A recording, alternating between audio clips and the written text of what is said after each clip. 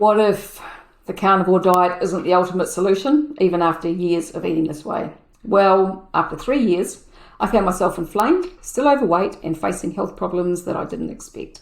My journey has forced me to ask some tough questions I think anyone interested in trying the carnivore diet probably needs to hear. Today, I'm going to share what I've learned, what I wish I'd known sooner, and the discoveries that have honestly changed the way I see this diet. Hi, I'm Sue. Welcome to Beyond Carnivore. I've spent over 3 years experimenting with carnivore and ketovore diets, sometimes strictly meat only, sometimes adding in small amounts of plants, and I've had some incredible wins, but I've also had some very frustrating problems. In fact, one ongoing issue almost has made me walk away from carnivore completely a number of times, and I'll tell you what that was in a minute. So, like most people, I felt amazing at the start of this journey. Symptoms improved, my body was changing, my mental clarity got better, and watching the success stories online, I honestly was convinced that I'd found the answer. But here's where things got a little bit complicated.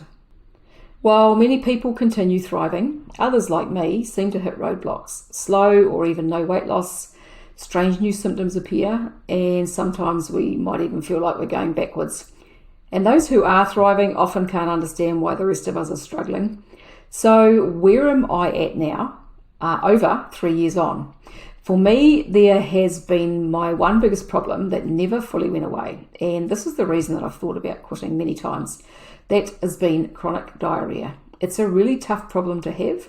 It's hard to live with day to day, and even 3 years in, it still rears its head. Now, the diarrhea was a problem for decades before carnivore, but it actually got worse for the first couple of years of eating this way. It was tough going and very stressful. And on top of that, I've dealt with stubborn acne, rashes, dandruff, histamine issues, oxalate dumping, and to top it all off, painfully slow weight loss. Many of these problems either didn't exist pre-carnivore or got worse initially. With regards to my weight, after 3 years, I still have over 20 kilos, that's about 45 pounds to lose. And just when I thought things were kind of starting to settle down and there couldn't be any more new problems, there was.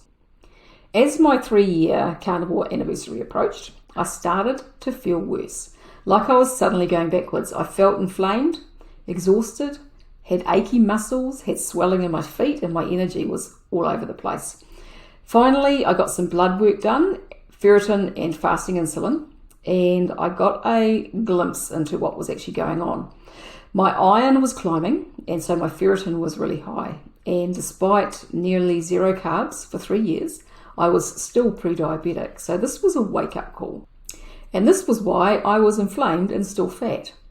Over time, I've realised that the carnivore diet is a huge part of the answer. It is powerful for our health. Here's a comparison between me on day one and now. And you can see the changes. Meat really does work miracles. But as much as we might want it to be, and God, I so wanted it to be, it's not a one-size-fits-all solution. There are many factors that nobody really talks about that can make a difference. Things like our genetics and ancestry. So some of us hit the genetic jackpot, others not so much. And that can make a difference in how effectively our bodies use nutrition, how our stress affects us, and how fast or slow we might get results.